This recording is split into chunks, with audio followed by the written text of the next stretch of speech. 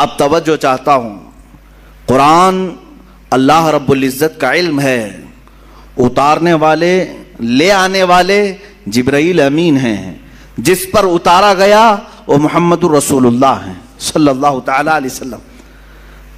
ان ذوات کی بات میں کر رہا ہوں، نہ کوئی اللہ رب العزت کے شان تک کوئی پہنچ سکے گا، نہ اس کے متعلق برا بھلا کہہ کر کے اس کی شان میں کوئی کمی کر سکے گا، نہ اللہ تبارک و تعالیٰ کو کوئی ضرر پہنچا سکے گا، نہ جبرائیل امین تک کوئی پہنچ سکے گا، نہ ہی محمد الرسول اللہ صلی اللہ علیہ وسلم تک۔ اور جب ان تین کے ذریعے سے اللہ رب العزت نے قرآن اتارا جبرائیل کے ذریعے سے میرے آقا صلی اللہ علیہ وسلم کے قلب اطہر پر، تو قرآن جو رسول پاک کے سینے پر اترا وہ اتنا محفوظ اتارا گیا ہے، اتنا محفوظ کہ صبح قیامت تک 1000 مشینیں، 1000 کمپیوٹر، 1000 انٹرنیٹ لے کر کے بھی اس میں رد و بدل نہیں کر سکیں گے، نہیں بدل سکیں گے۔ آپ سوال کر رہے ہوں گے کیا اس میں بڑی بات ہے؟ آج تو ایک خبیث مردود، ایک گندی نالی کا کیڑا جس کو سنگھیوں نے پال رکھا ہے، نام تو مسلمان رکھا وسیم نام، لیکن ہے در حقیقت وہ سنگھیوں کا ایک بھنگی، اس نے یہ قرآن کو الگ چھاپنے کی کوشش بھی کی اور آیتیں حذف کر کے 26 آیتیں ایک نیا قرآن شائع کرنے کی بات کیا۔ پہنچا کیا تمہارے پاس قرآن؟ کسی کے پاس آیا ہے قرآن؟ اس کے گھر والے بھی نہیں پڑھ سکے ہوں گے، اس کو شاید ہو سکتا ہے پوری انٹرنیٹ کی دنیا مدد کرے، ایپلیکیشن بنانے والی آئی ٹی ٹیم بھی مدد کر کے دے دے۔ میرا چیلنج ہے اس کی موت تک بھی یہ اس کا بنایا ہوا ایپلیکیشن چل نہیں سکے گا۔ یہ کیا سمجھتا ہے کہ پہلی مرتبہ یہ بہت بڑی ڈینگ مار لیا، بہت بڑا اس نے تیر مار لیا؟ اس سے پہلے بھی بہت سارے لوگ آئے اور قرآن پاک کی تحریف اور تبدیل کی کوششیں کرتے رہے، لیکن چونکہ مولا نے جب یہ کہہ دیا ہے کہ ہم ہی اس کی حفاظت کرنے والے ہیں۔ اور ایک آیت میں تمہیں بتا دوں، اتنی پاورفل آیت ہے، 15ویں پارے کی آیت، رب تعالیٰ فرماتا ہے قُلْ لَئِنِ اجْتَمَعَتِ الْإِنسُ وَالْجِنُّ عَلَىٰ أَن يَأْتُوا بِمِثْلِ هَذَا الْقُرْآنِ لَا يَأْتُونَ بِمِثْلِهِ وَلَوْ كَانَ بَعْضُهُمْ لِبَعْضٍ ظَهِيرًا۔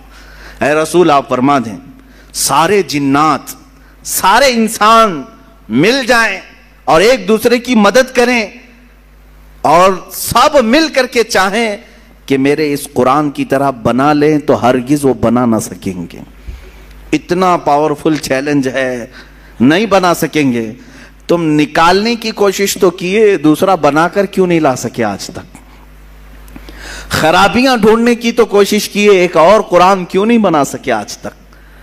اس کے میسیجز کیا تم سمجھتے ہو عربوں کی طرح القاریہ مل قاریہ وما ادراک مل قاریہ؟ ایک سورے کو دیکھ کر کے کچھ عرب کے شاعروں نے بنا لیا تھا الفیل مل فیل وما ادراک مل فیل خرطومہ طویل۔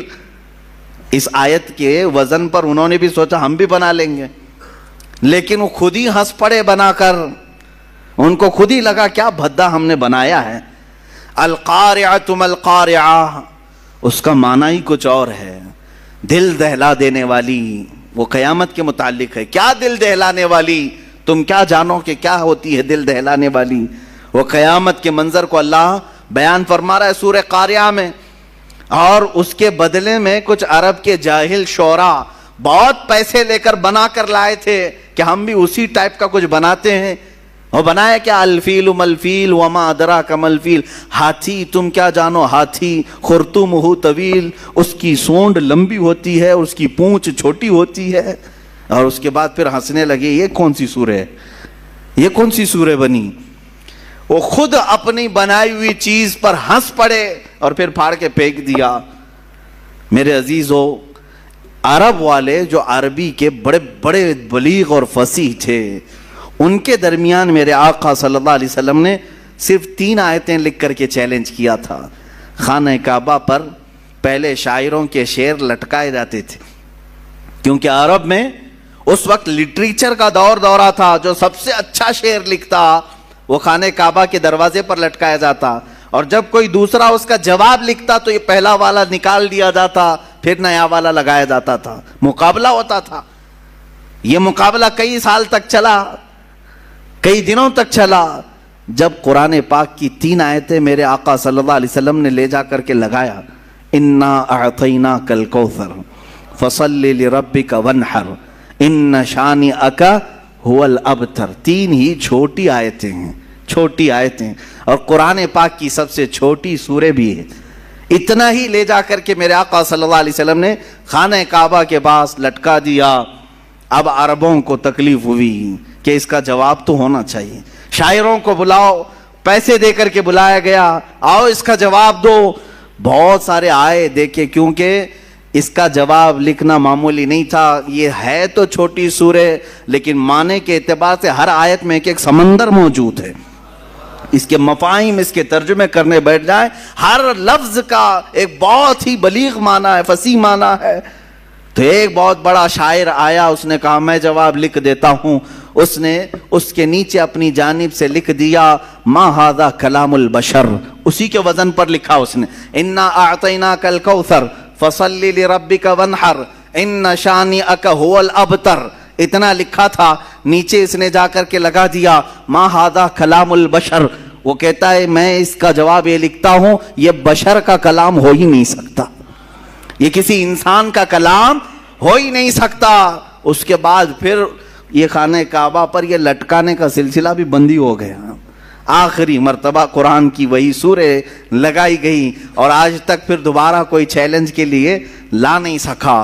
عزیزان گرامی، میں تم سے یہ کہنا چاہتا ہوں کہ تمہارے ہاتھوں میں جو قرآن مقدس ہے، اس کو معمولی